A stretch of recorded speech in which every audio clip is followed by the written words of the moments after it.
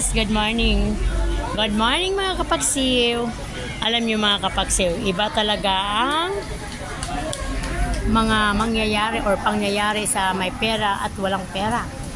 O public at private. Kasi kapag ikay sagana or maraming pera sa pera, doon ka magpa-check up sa ngunit tayo ay tama-tama lang. Tama lang ang ating kinikita sa pang-araw-araw. Natural, magtsatsaga tayo sa publiko. Ngayon, pero sa totoo lang, lahat ng magagandang or magagaling na doktor nasa public.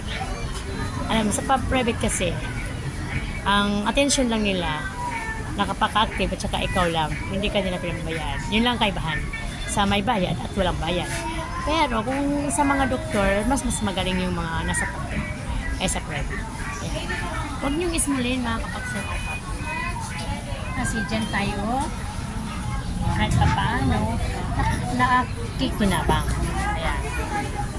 Mga kapagsiw, gano'n lang ang gagawin natin. Huwag natin ismulin, tiyaga lang tayo. Ayan, tulad ngayon, nakapila kami kasi meron kaming mga nararamdaman.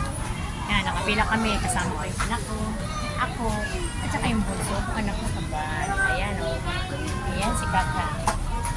Natural lang yan mga kapagsiw, huwag na natin pagkaila. Kapag private or public, magkaiba talaga. Pero mas maganda ang public. Ano, bakit walang bayad eh? Thank you very much. Inubo na. Yay na. Thank you very much mga kapagsiw.